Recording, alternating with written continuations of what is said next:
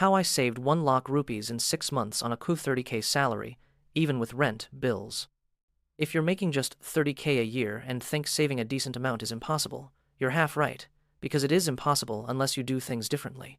I'm not here to sell you a dream.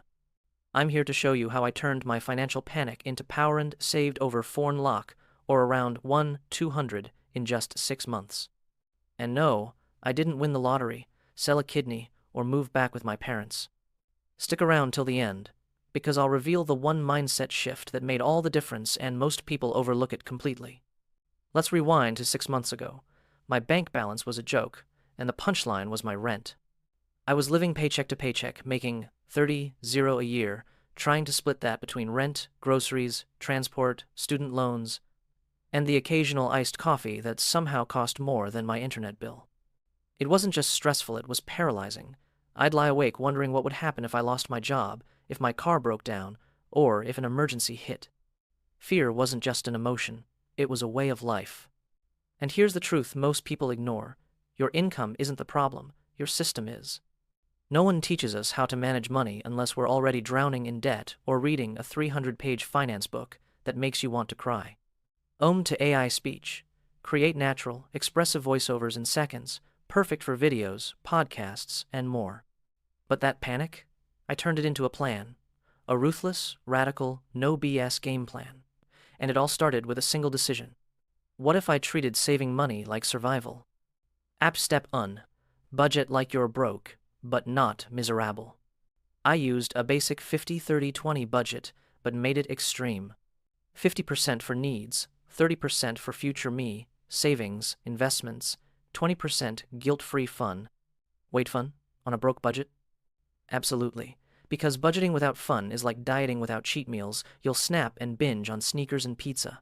I gave myself 2-0 month for joy and stuck to it.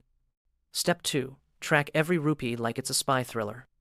I tracked every dollar or rupee I spent using a free app. Every swipe, every subscription, every dumb coffee order, I tracked it like I was solving a murder mystery. Where is my money going, and how do I stop it from escaping? Step 2. Track every rupee like it's a spy thriller. I tracked every dollar, or rupee, I spent using a free app. Every swipe, every subscription, every dumb coffee order, I tracked it like I was solving a murder mystery. Where is my money going, and how do I stop it from escaping? This self-awareness was the first punch to debt's face. Step 3. Micro, saving hacks that add up fast. 50-day challenge. No spend weekends. Used cashback apps for groceries. Stopped emotional scrolling, shopping. Sold 3 old gadgets I didn't use.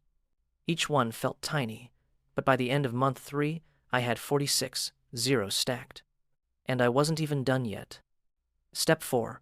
Earn 10% more doing what you already do. I took up freelance gigs that matched my day job. Weekends?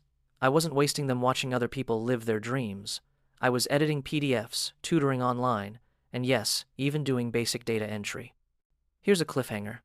One of these small side hustles ended up becoming a full-time offer, but I'll tell you what it was after the last part. Act 3, the reward, and the one mindset shift, 6-30-8-0.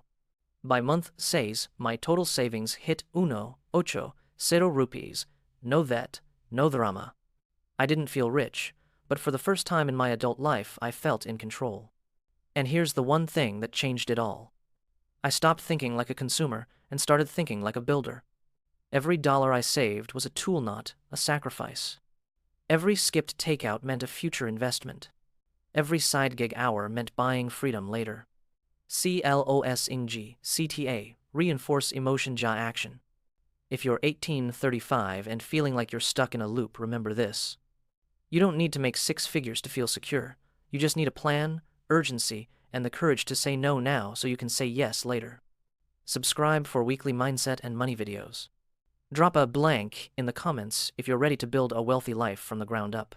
And remember, wealth isn't what you flaunt, it's what you build when no one's watching.